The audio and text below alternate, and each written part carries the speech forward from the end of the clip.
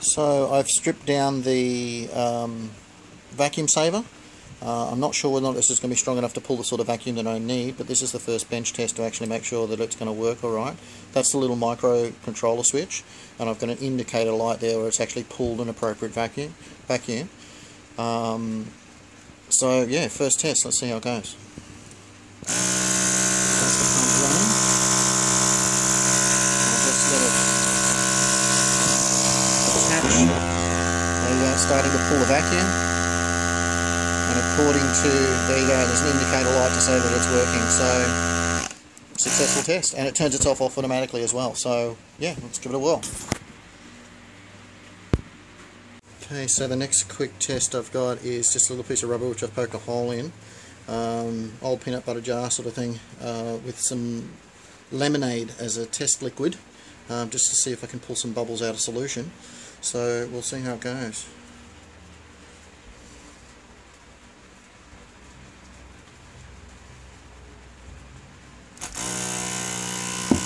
Whoa.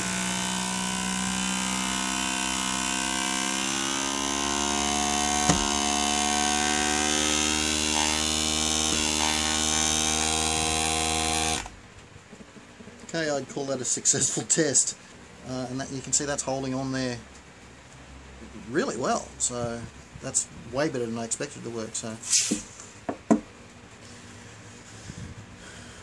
okay, so successful test, time to move on. Right, so this is what I've come up with. I had an old little fishing tackle box, toolbox, but I'm going to act as the circuitry box. Got the power supply, which is in this case a 240 power supply, the control card with the vacuum regulator on it, the vacuum pump which I've ziplocked into place, and then the hose actually goes out. The switch I've managed to steal off the original piece, and the indicator light I've managed to switch off the original piece. So I'll just demo it quickly, lock that back up like that. I'm going to have to work out probably an extension for the connection hose, but basically when you push the button the vacuum starts. I'll just show you now. Vacuum started on there now. You can see it's sucking on the end of my thumb. Indicator light comes on, and that's full vacuum has been achieved, and that's it. Now I'll probably have to work out a way of controlling or regulating the vacuum. It might just be as simple as pushing the button. But I'm not going to really know now until I actually have a test with the silicone to see whether or not it actually pulls enough vacuum. But judging by the peanut butter jar test, it may very well do. Okay, so this is the second test. This is my highly technical gassed liquid that I'm going to use. I'll see if I can gently put that in there so that I don't have too much bubbling going on.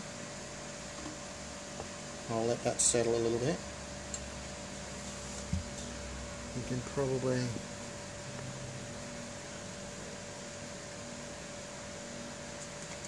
see it now. I'm only using a small sort of volume, probably only 1.5 fingers thickness of depth in the bottom, because I've got a large volume of air above.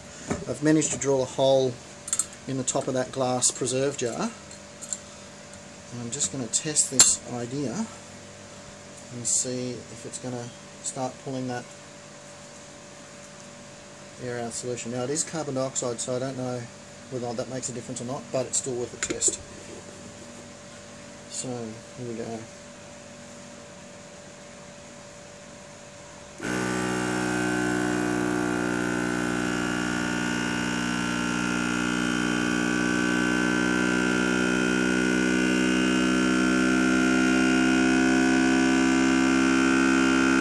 Green light's on, green light's off, so that's definitely pulling air.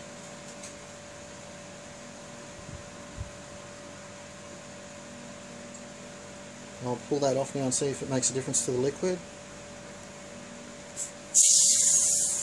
There you go, you can see how much depressurization was in that, so that seems to have worked really well. May even be able to use these jars as a mixing vessel for my silicone. One more test we got here. We'll just depressurize.